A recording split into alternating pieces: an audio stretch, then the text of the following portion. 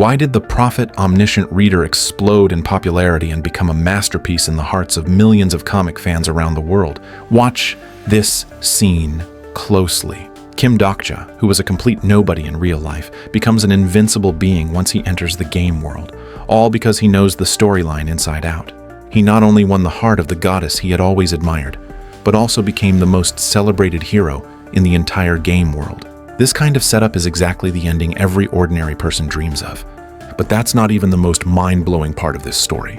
The real highlight comes at the very end, during Kim Dok-ja's final monologue with the author. To understand why Kim Dok-ja entered this world in the first place, we have to go back to his childhood. In high school, Dok-ja was an obsessed reader who loved following online novels. While everyone else was studying hard for exams, he spent his days glued to his phone, waiting for new chapters to update. One novel in particular, titled Ways of Survival, became his all-time favorite. It was a system-based survival story about a man named Yoo Jung-hyuk, who led his companions to battle against monsters in a ruined world. The strong and fearless protagonist was Dok-ja's idol. He often fantasized about being the main character himself, leading the goddess and his teammates toward victory. But in reality, Dok-ja was a miserable boy constantly bullied by his classmates. Whenever something upset him, the school bully would find an excuse to pick on Dok-ja and his friends. Countless times, Dok-ja dreamed of becoming the hero from his favorite novel and giving the school bully the punishment he deserved. But every time, he could only imagine it and never act. As an adult, Dok-ja, like most ordinary people, became an ordinary office worker with no remarkable achievements. His daily routine consisted only of going to work, coming home, and reading novels on his phone. As time passed, the novel's popularity faded. From hundreds of thousands of readers, only Dok-ja remained as the last loyal fan. He still couldn't wait to see how the story would end. And finally, one day the novel reached its conclusion.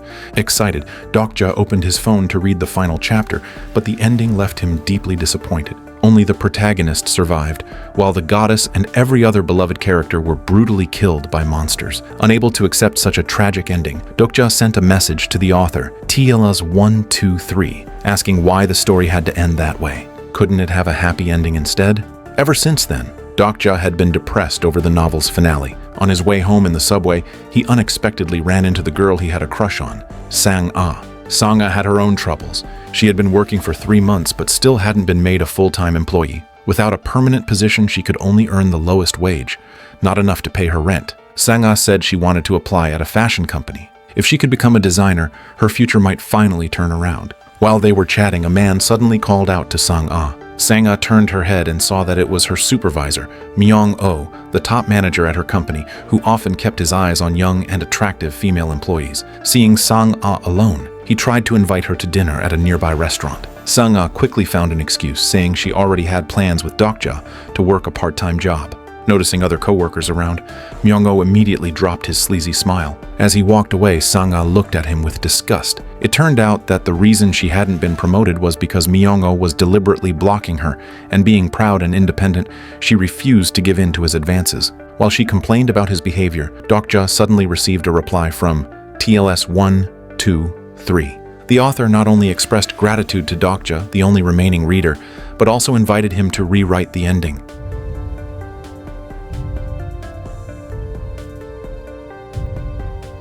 For a moment, Dok-ja was dazed. What he truly wanted was a perfect ending where everyone survived. But just then, the subway jolted violently and came to a sudden stop.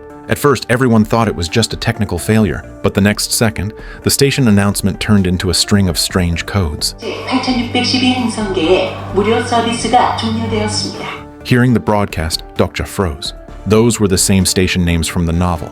He glanced at his phone. It was exactly 7 p.m. Before he could make sense of it, a cute mascot suddenly appeared inside the train car. He recognized it immediately.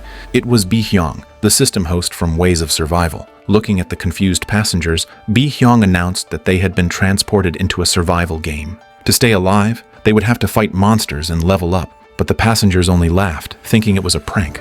One man interrupted Bi-hyung in annoyance. Looking at the man who died tragically, the passengers in the carriage were stunned. A digital screen appeared inside the carriage displaying the first mission. The system demanded that each passenger prove their worth by killing one living being within 10 minutes. Anyone who succeeded would earn 300 coins. Those who failed would be deemed worthless and eliminated. Panic spread through the train as the countdown began.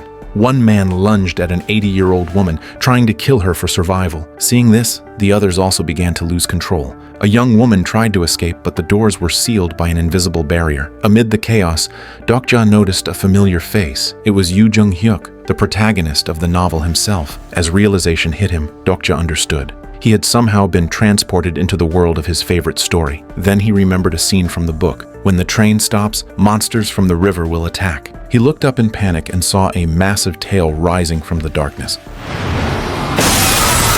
Before anyone could react, the entire train tilted off the bridge and crashed. Seeing the chaos inside the subway car, Dok-ja realized he couldn't just sit there waiting to die. At that moment, he noticed the ants inside the insect box on the floor. The rule only said to kill a living creature. It never specified that it had to be a human. He caught the ant and handed it to Sanga. Dok-ja held the insect box and stepped into the crowd, trying to stop everyone from killing each other, but no one was willing to listen. Looking at the chaotic crowd, Dok-ja took out an ant. When they saw him complete the mission, the fighting suddenly stopped. They all rushed toward Dok-ja, trying to snatch the ants from him. At that moment, Myung-oh stepped out of the crowd, claiming he was the manager, and took the insect box away. Dok-ja noticed a young man still beating an old lady and tried to intervene, but the man turned on him and began hitting him instead. In his panic, Dok-ja suddenly remembered the system in the novel, where players could use coins to buy skills. He immediately spent his 300 coins to enhance his muscle strength. With his new power, Dok-ja punched the man, sending him flying over 2 meters away. But before he could react, the man activated his own skill and struck back, knocking Dok-ja to the ground. As Dok-ja lay there frustrated, a small tube of ant eggs rolled toward him. He crushed the test tube and instantly received 3,000 coins. With the money, Dok-ja upgraded his agility without hesitation. The man who had seemed unbeatable just moments ago was now completely overpowered and beaten by Dok-ja. But instead of killing him, Dok-ja held the elderly woman in his arms and waited for the countdown to end. As only 30 seconds remained, the man panicked and kicked Dok-ja repeatedly, yet Dok-ja didn't move an inch. He even handed another ant to the old woman, encouraging her to complete the mission herself. When the countdown reached 0, those who hadn't finished the task were punished. Watching the system execute the man, Dok-ja finally witnessed the true darkness of human nature. Then, as he turned to check on the old lady, he realized she hadn't killed the ant. When the mission ended, Bi-hyung appeared again. Out of more than 100 passengers, only 17 had survived. The survivors thought completing the mission would let them leave, but Bi-hyung told them this was only the beginning. Before anyone could react, a constellation window appeared in front of each person. It was part of the system's design. By choosing a constellation, they could receive protection and special blessings, but such help always came with a price. Knowing the story too well, Dok-ja refused to choose any constellation because the real masterminds behind the game were the beings controlling them. The moment he canceled the option, the train began to shake again. According to the novel, the monster would now drag the train into the river. Dok-ja turned and saw a soldier trying to open the door. He recognized the uniform. The man was Lee Hyun-seong, one of Yoo Jung-hyuk's comrades in the novel. But at this point, Hyun-seong hadn't yet learned how to use any skills. Dok-ja told him to look at the bottom left corner of his vision to open the status panel, teaching him how to activate abilities. The remaining survivors fled the subway car and ran toward the far end of the bridge. Along the way, they accidentally triggered a side quest. Before Dok-ja could think, a giant monster burst out of the water, destroying the bridge ahead.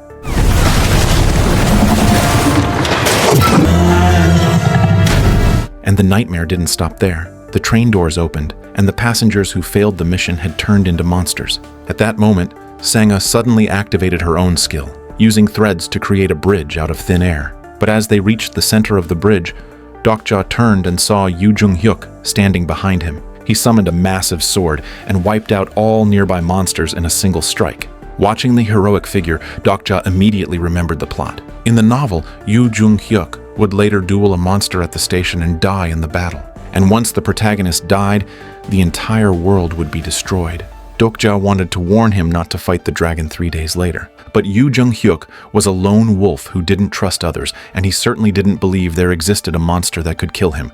To convince him, Dok-ja claimed he had the ability to foresee the future and knew what would happen next. But instead of earning trust, his words only provoked Yoo Jung-hyuk's fighting spirit. 절대 주인공이 죽였다. Dok-ja opened his eyes again, he found himself swallowed whole by a dragonfish. Before he could even complain, a system message appeared, informing him that a hidden quest had been activated. If he could kill the creature, he would earn a secret reward. Dok-ja stared blankly at the message, speechless. Then Bi-hyung suddenly appeared nearby. Seeing him, Dok-ja came up with an idea. 너 지금 스타 스트림 하는 중이지? 스타 스트리머를 어떻게 하세요? 네 채널 지금 난리 났을 텐데 초반에 나만큼 활약한 사람이 어딨어? 성자들 지금 나 이제 어떡할지 엄청 궁금해하고 있을 텐데. In this world, Bi-hyung was nothing more than a small-time demon streamer who dreamed of becoming a top broadcaster, something that required massive popularity. In the novel, characters could sign contracts with him and gain access to a demon's inventory. That inventory contained valuable items and allowed trading with others. In exchange, Dok-ja promised Bi-hyung that if he signed with him, he would help him rise to the top. Tempted by the offer, Bi-hyung took out the contract of binding and signed with Dok-ja. The moment the contract was sealed, Dok-ja purchased dozens of bone spikes from the demon inventory. He knew the dragonfish's weakness was its stomach. If he blocked every acid duct with the spikes, the creature would die from indigestion. After working tirelessly through the night, Dok-ja sealed every passage inside the beast's belly. Without its digestive function, the dragonfish soon stopped moving and died. But instead of leaving right away, Dok-ja searched through the remains and retrieved the monster's core. Bi-hyung was stunned. That core was one of the most valuable treasures in the entire game world, something that could easily sell for billions of coins on the trading market. But Dok-ja had no intention of selling the core. He told Bi-hyung to list it on the trading market and exchange it for something equally rare, the Ether of Faith. After leaving the bridge, Dok-ja entered the second stage. While searching for food, he came across a woman who had fainted. Just as he tried to help her, a gigantic praying mantis suddenly appeared outside the window. Luckily, after completing 2 scenarios, Dok-ja's stats had greatly improved, and he carried the woman to safety. But before he could take a rest, a group of people suddenly appeared. The man leading them saw the woman on Dok-ja's back and looked displeased. Hearing his words, Dok-ja suddenly realized the woman he rescued was Jung-hyuk. In the novel, she was also part of the main group of heroes. But in the second chapter, she had been betrayed by other survivors at Gumho Station and almost died at the hands of monsters. Dok-ja decided to teach these people a lesson. He upgraded his strength and beat them all into the ground. However, as the fight continued, another group of survivors entered the station. Among them, Dok-ja spotted Sanga and the others he had been separated from earlier. Through Sanga, Dok-ja learned that this shelter was established by Cheon In-ho. Every day, In-ho would send out high-level survivors to hunt monsters and then distribute the rewards among everyone. This system allowed people to remain under the shelter's protection. But Dok-ja, who knew the story, understood that this station's safe zone was only temporary. If they couldn't clear this stage quickly, it would trigger a monster horde. And the shelter wasn't free. Everyone had to pay 100 coins per day. For the strong, that amount wasn't much. But for the weak, the elderly, and the sick, it was a heavy burden. Moreover, if the survivors failed to pass the stage, Yoo Jung-hyuk would be unable to break through the invisible wall blocking the next area. As Dok-ja was wondering what to do, several survivors suddenly called out to him. 코인을 혼자 다 드셨다는데 그거 사실이세요? 네? 아저씨가 이 구역에서 괴수들 사냥해서 코인 벌었잖아요. 그럼 다 같이 나눠야죠. 그러니까 말도 안 하고 입싹 닦는 게 어딨어. Hearing their demand, Dok-ja was stunned. He did have plenty of coins, but those were earned through hard battles. How could he just give them away? It was obvious someone was stirring trouble behind the scenes. Then In-ho stepped out. It turned out he was the one who had spread the rumor about Dok-ja's fortune. Seeing Myung-ho's flattering expression, Dok-ja instantly recalled the events from the novel. When Dok-ja announced he planned to take on the tunnel mission, 도와드릴게요. 근데 어차피 코인 드려도 내일 또 필요할 거잖아요. 그래서 터널의 주파에 출몰하는 모든 퀘스트를 무력화하시오. 이 시나리오 제가 오늘까지 클리어할게요. both Myung-ho and the others were shocked. The monsters in the tunnel were of Lord level. Even if everyone joined forces, they wouldn't stand a chance. Myung-ho didn't believe Dok-ja could survive, but Dok-ja already had a plan. He gathered Sanga and a few others and entered the tunnel. As they walked, Dok-ja explained that the so-called shelter was actually a trap.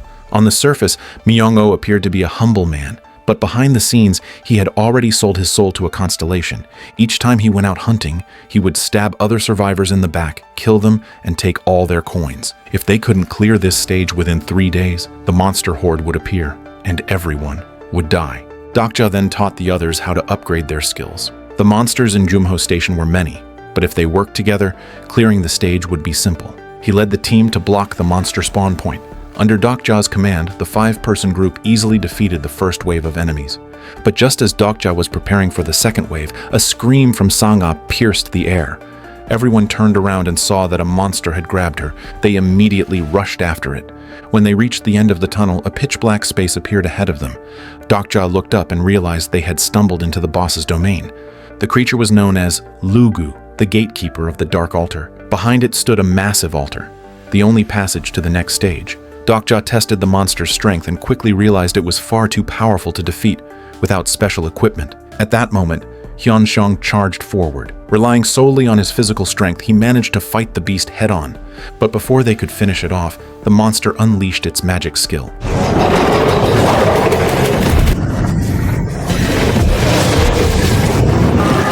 Anyone touched by its tentacles would be forced to relive their most painful memories and eventually die from guilt and despair. Fortunately, Dok-ja already knew the monster's abilities from the novel. He contacted Bi-hyung and purchased White Star Pure Energy for 5,000 coins. By coating a weapon with White Star Pure Energy, it would transform into an exceptional grade weapon capable of cutting through anything. Dok-ja turned and charged at the monster, and with a single strike, he killed it on the spot.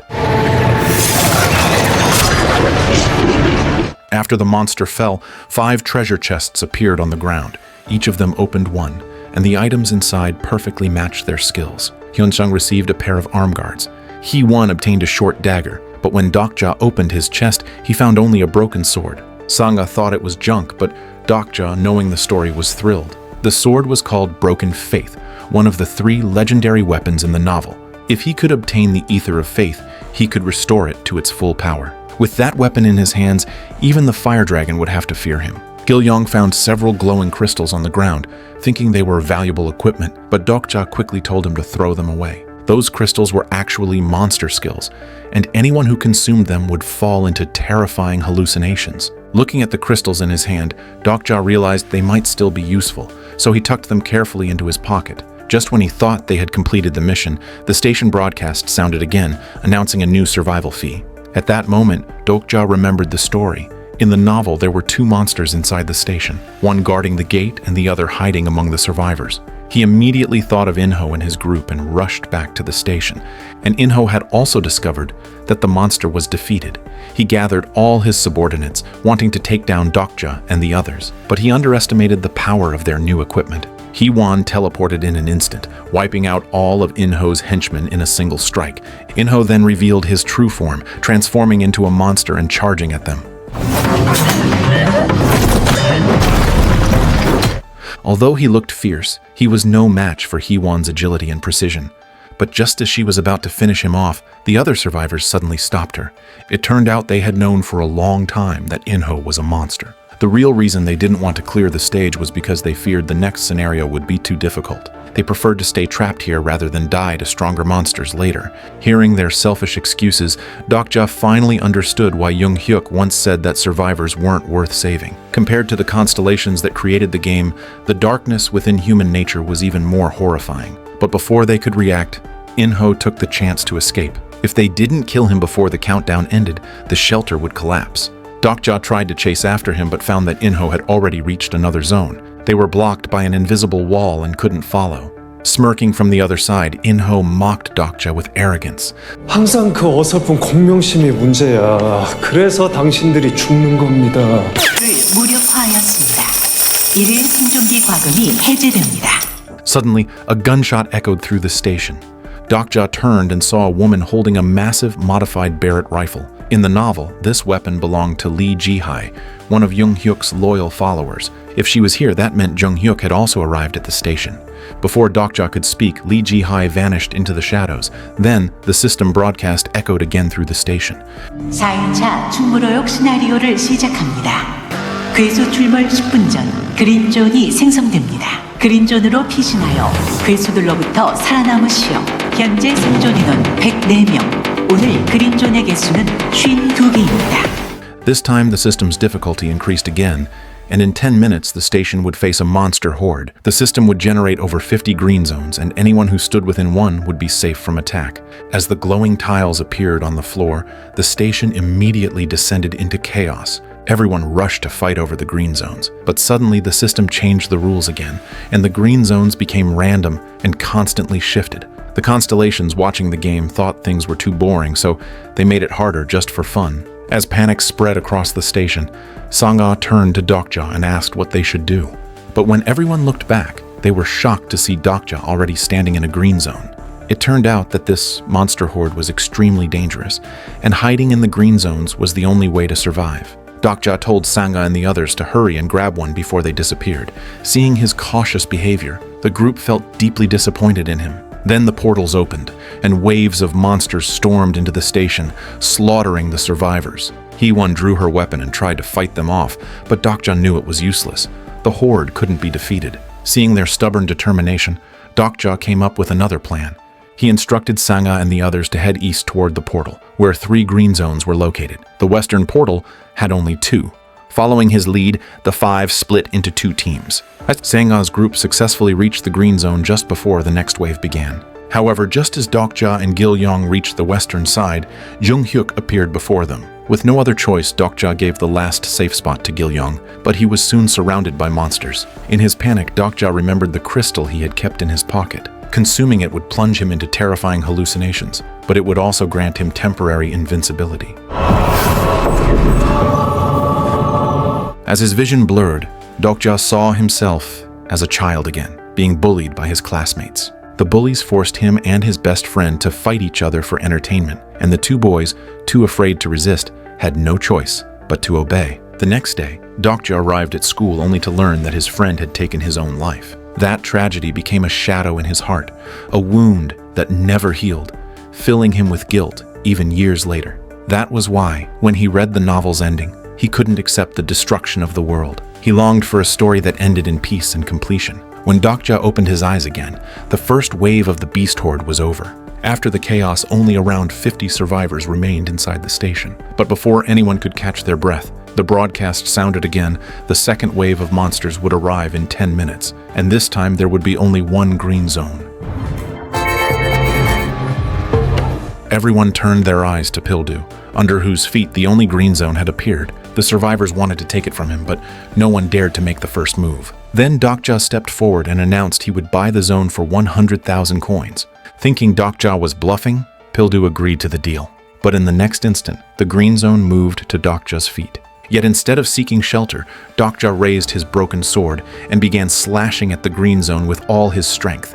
His intention was simple. Without a safe zone, everyone would be forced to unite and fight the monster horde together. The survivors rushed to restrain him, shocked by his actions. From a distance, Ji-hai saw what was happening and immediately understood. She fired a shot and shattered the only remaining green zone. But seeing the safe zone gone, the survivors started blaming Dok-ja. At that moment, the portals activated, and the monster horde began pouring into the station. Dok-ja saw the monsters emerging and drew his sword. If they could block the portals, they could stop the invasion from spreading. Hearing him, Pildu didn't hesitate. He purchased the most expensive battle tank and charged forward.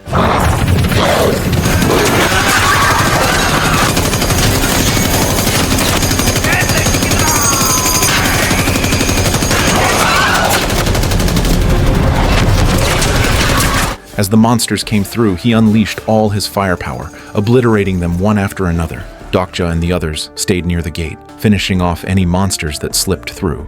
Although most of the horde was destroyed, several creatures still made it inside. The survivors who had promised to fight beside Dok-ja fled in terror. Watching their cowardice, Jung-hyuk sneered in disgust. This was human nature. These survivors were never worth saving. Suddenly, the ground began to shake. Sang-ah turned and saw a massive creature bursting up from beneath the floor. It was a fire-breathing monster, and with one attack, it incinerated more than 10 people. Dok-ja instantly recognized it. It was the fire dragon from the novel. Its appearance meant that Jung-hyuk had also reached the station. Dok-ja shouted to warn him not to engage, knowing Jung-hyuk was no match for the creature, but the proud Jung-hyuk refused to listen.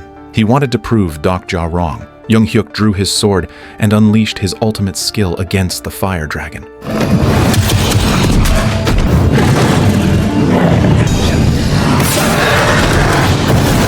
For a moment, Dok-ja was stunned. The fire dragon collapsed before him. Wasn't Jung-hyuk supposed to be defeated here? Had Dok-ja remembered the story incorrectly? Before he could figure it out, the broadcast sounded again. The truth was that the fire dragon they just defeated was only a lower-level version. Because Jung-hyuk interfered, the difficulty of the mission had been increased.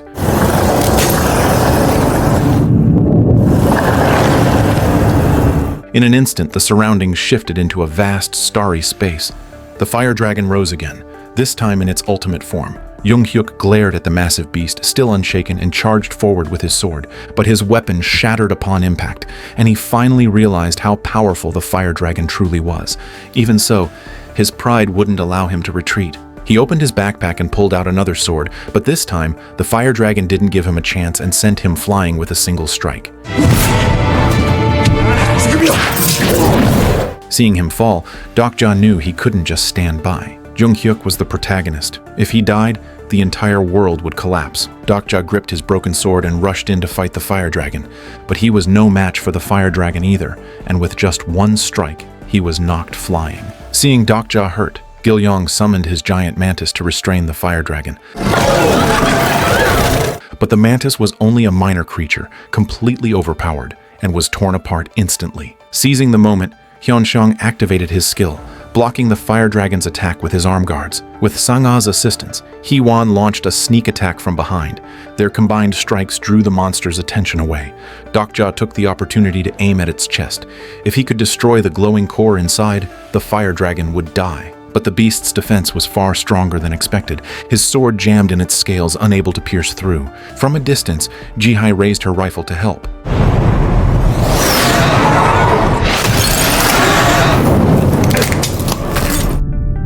Just as Dok-ja was about to succeed, the fire dragon threw him aside, and its wound healed instantly. Dok-ja could only watch helplessly as the creature roared. Meanwhile, Jung-hyuk regained consciousness, defeated the surrounding monsters, and opened his backpack, pulling out every weapon he had. He unleashed a furious assault.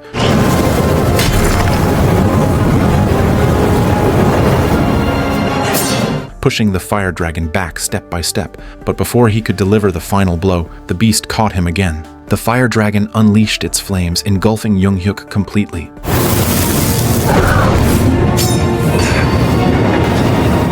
As he fell, the world began to crumble, and the survivors' bodies started to dissolve into light. Just as Dok-ja was losing hope, his backpack suddenly opened. A trade notification appeared. Someone had exchanged the Ether of Faith for the Dragonfish core.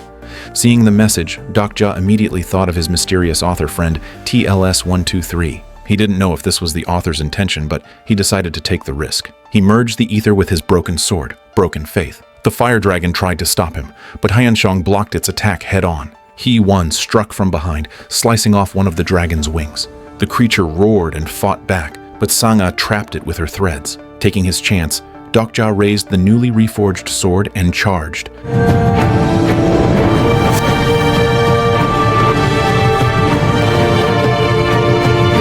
With a single blinding strike, he pierced through the fire dragon's core. The mission was complete. The fire dragon was slain. At that moment, the dead, including Jung-hyuk and the other survivors, were revived. Looking at the restored station, Dok-ja finally understood the author's message. From the moment he entered this world, he had become the true protagonist.